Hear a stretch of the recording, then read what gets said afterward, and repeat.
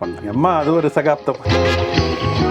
காலையில் எங்கள் அம்மா 6 பேரையும் கூப்பிட்டு இன்னையிலேருந்து நான் தான் உங்கள் அம்மா, நான் தான் உங்கள் அப்பா அப்படின்றாங்க. She not only ensured we are safe, but we are also successful. அன்னைக்கு எங்களுக்கு 2.5 லட்ச ரூபா கடன் இருந்தது. Okay. Equivalent to 25 crores now.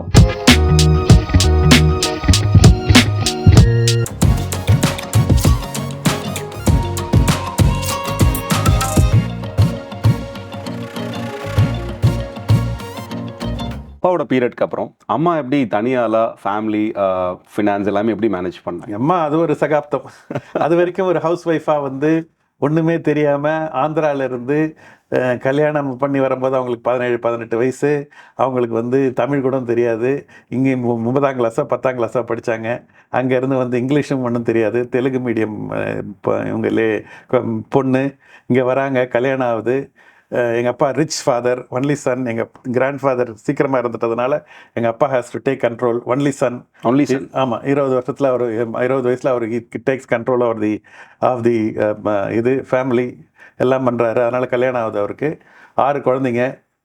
அது வரைக்கும் எங்கள் அம்மா சாதாரண அந்த காலத்துக்கான ரெகுலர் ஹவுஸ் ஒய்ஃப். ஆமாம் ஆமாம் ஆமாம், அந்த மாதிரியான ஒரு விஷயங்கள் தான் இருந்தது.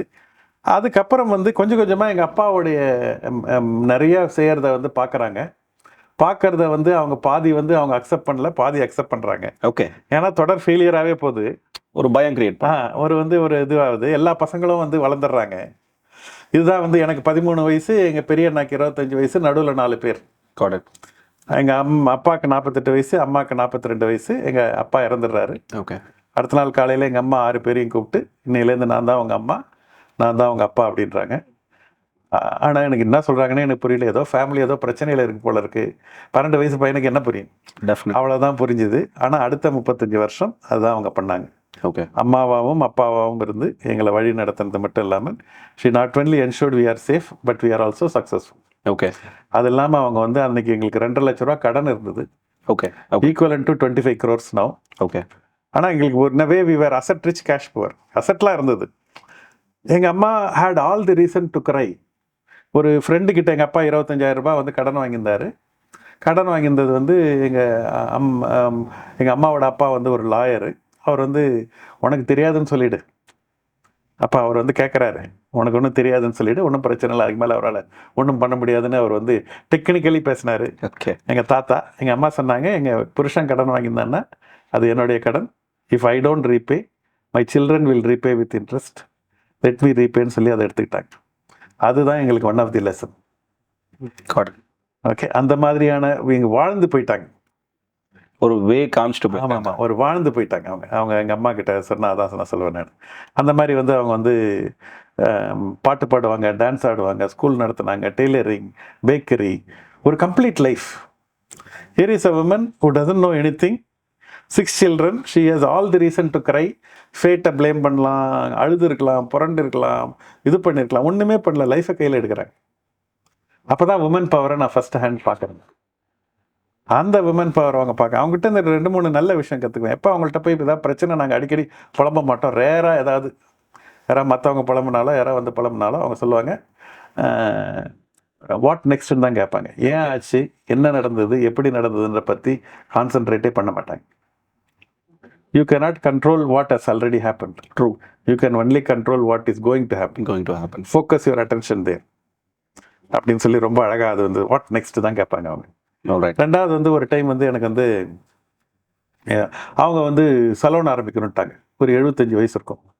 என்னம்மா எல்லாம் செட்டில் ஆகிட்டா, நல்லா ஜம்முன்னு இருக்கீங்க, 6 பசங்க எல்லாம் இதில் செட்டில் ஆயாச்சு, இனிமேல் என்ன சலூன் ஆரம்பிச்சு என்ன பண்ண போகிறீங்க, எல்லாம் ராணி மாதிரி இருக்க வேண்டியதானே அப்படின்னு சொல்லி கேட்டேன்.